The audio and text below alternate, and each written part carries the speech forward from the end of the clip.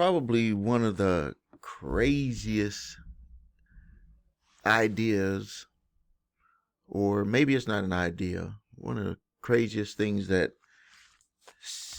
I've experienced in business is that for a business owner to get to another level, there's always these different things that the business owner has to have in their mind about what they want.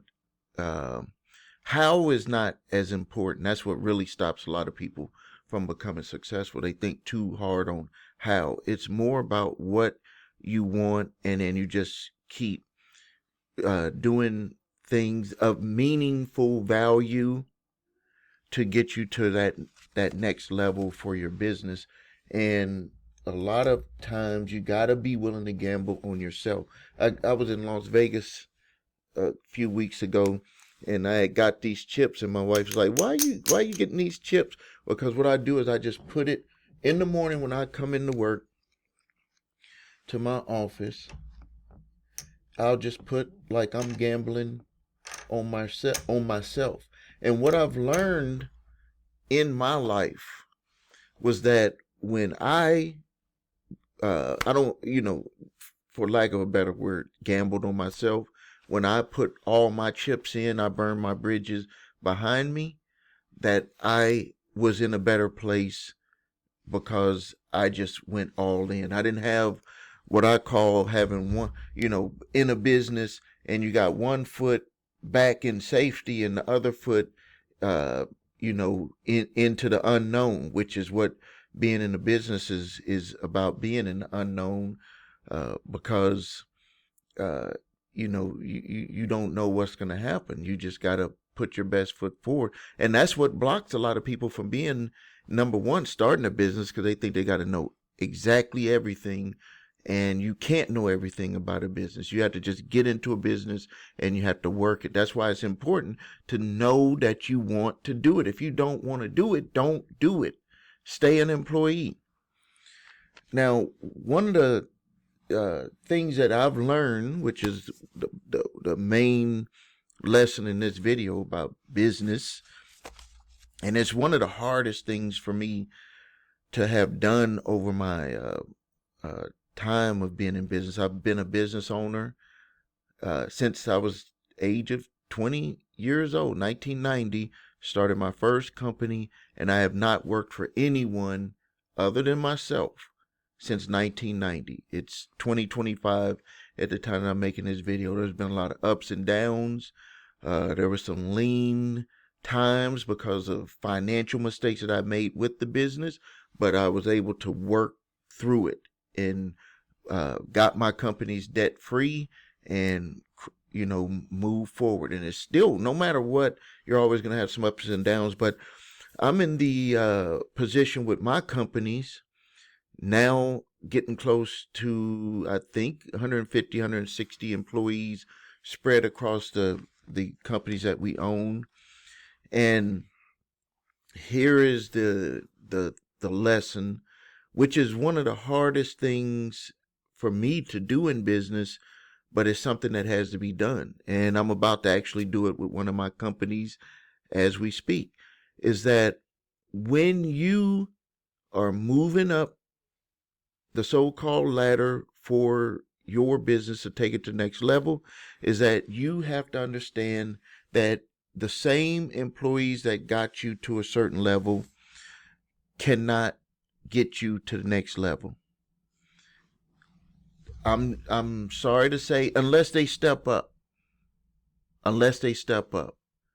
So that means that for the business owner, you really have two choices. And I believe that right now, this is why AI is being utilized so much in business right now, because companies are making an investment to say, can I keep that? I don't want to say a lower mindset employee, but the limited mindset employee, and overcome that limitation by utilizing AI. So I've tested it with one of my companies. I've tested it, and I kind of gave an example of how I was testing with sales reps by utilizing AI, and then I have my regular sales team for one of my businesses. And what I was able to find out was that, and this is what automation does. So if you're an employee of a company, you need to pay attention to this video, because most business owners are not going to tell you what I'm going to tell you, is that you have to make yourself more valuable and fit in to what the business needs. And I know it might sound harsh. A lot of people will think more about themselves, but uh, uh, the main objective, the main uh, for business owners, the main thing that we got to focus on is keeping the business going and keeping the business profitable and keeping the business growing. And anyone who stands in that way will be exited out of the door. I understand that people are human. We don't want to just, push people aside. And what I've always done with my companies is I said, depending on where you're at, if you're in the management, if you're in the sales, support, whatever you're at, whatever needs to get done, it needs to be done to the best of your ability. And I'm coming from a person that when I left in 1990, I was working a third shift security guard job, and I was only earning $6.24 per hour in 1990 at the age of 20. And even for that job, I went into there like, I'm going to do my best. I'm not, whatever, they're going to get more than what they're paying me. And I ended up getting moved up and I got a big raise of $6.52. So they moved me up a quarter. But that, to me, that what mattered to me the most was that I was being more value to the company than what they were paying me. And you have to be careful, especially where we're at in 2025. If the company feels that you are a burden to them, they will let you go. Don't get mad at me for saying it. Look at what's going on everywhere. Look at what's going on everywhere. So if you're a business owner, you have two choices. You could try to overcome the shortcomings of the employees by utilizing AI. You embed it in your company whatever way you can. I had spoke about how a dentist was utilizing AI to follow up on appointments because there are people that work at the front desk sitting there texting, doing all this other stuff, and they was only reaching out to his clients to reschedule one time. The AI did it until they got a response, over and over and over and over and over again, until they got a response. Or you could overcome it with AI, or you're going to upgrade your work, because that means that you're going to have to let some people go out the door and replace them with people that are higher, that's going to be at a higher level on with what they understand about working for a company. That's your two choices, and that's just the choices. So that's what, if you're the business owner, that's what you're facing. That's what I face. And I make my decisions. And I'm one of the thing that I'm never afraid of is to just say I got to make the decision. And when I'm set with the decision, I make it. Like when I'm set, if I got to let people go, I have to let them go. If I have to train them up and say this is where your shortcomings are, and you need to take care of that, you need to tighten that up, I'll just tell them. My wife say I say it in a nice way, so sometimes people, might take it the wrong way. But I could tell you, you don't take it the wrong way too long, because you'll be on your way out the door. If you're a worker, you know what you need to do. You got to make your value the most. And some of the times people will be like, well, if I'm a worker and I'm not getting paid more money, that's the thing that we always think about when we're working somewhere, but it doesn't work that way. And I know it's easy for me to say right now, especially in the seat that I'm in now, but I did it. I did it when I was in the United States Army at the age of 18. I was in there for 2 years, from 18 years old out of high school to 20 years old. 2 years. I did it in there. Now, when I first went in there, I didn't have that mindset.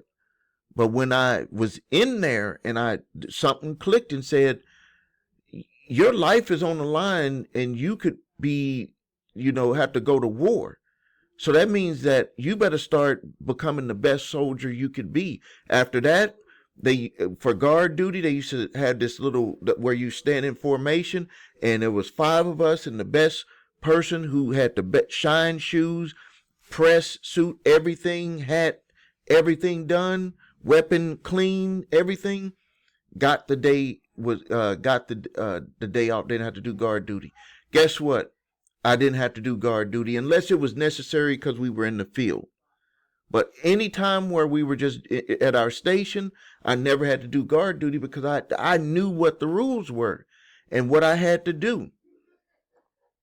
Now, I did that there. I did it when I was security guard job. And guess what? Because I did it there, more than what I was getting paid for when I got into my business, guess what I automatically was used to doing? Doing more than what I was paid for. Doing more than what I was paid for. And now I'm rewarded greatly from my companies. Rewarded greatly, more than I ever had dreamed. And it's going to just keep going up and up.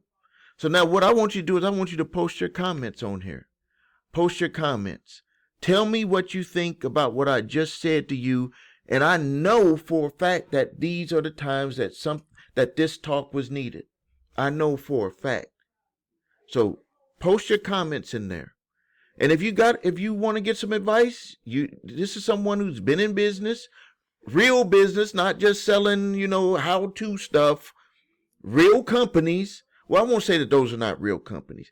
But what I'm saying is that I've had to deal face-to-face with people, business owners, who, making the wrong decision could be detrimental to their business. I did that for years, face-to-face, and built companies where I worked in the company or I invested in a company and still had to put together the management team to have that company run.